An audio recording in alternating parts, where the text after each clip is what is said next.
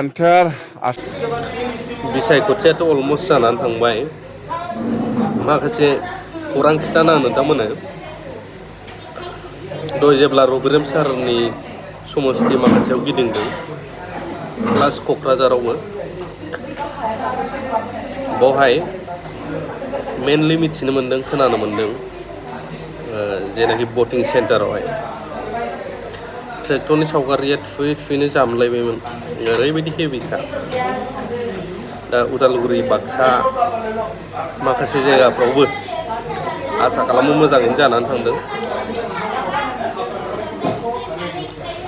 बुजिदो ट्रेक्टरनि साइडआव थानाय बोथोना जामलायनायबा बेसेबां मानसिया थुदों थ' हाग्रामा सारनि टिम उइनार होननानै हमनानै लाखाबाय माखासे माने हाइ बिबाङाव जिखुनुआनो जाया मानगोनां हाग्रामा सारा मा फोरमायदों ससे आं नोंथांमोननो होनो एन्टार आसाम जिखिनि ফলাফল আমাৰ এনডিএ ফালে বেছি আজিৰ দিনত 80+ আমি পাই আছোঁ বিজনেছটো 100%, এইটো ক'বই নালাগে বিটিচি 15টাত আপুনি ক'বই নালাগে সুধিবই নালাগে সুইপ মাৰিছে আমি সেঞ্চুৰী কি অভাৰঅল বিটিচি এণ্টায়াৰ বিটিচিত 15টা সমষ্টিত আমি সুইপ মাৰিছে স্পষ্ট মই কৈছোঁ এণ্টায়াৰ আসামত আমাৰ যিখিনি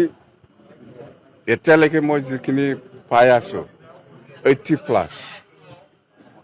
80+ গোটেই অসম এনডিএ হিচাপে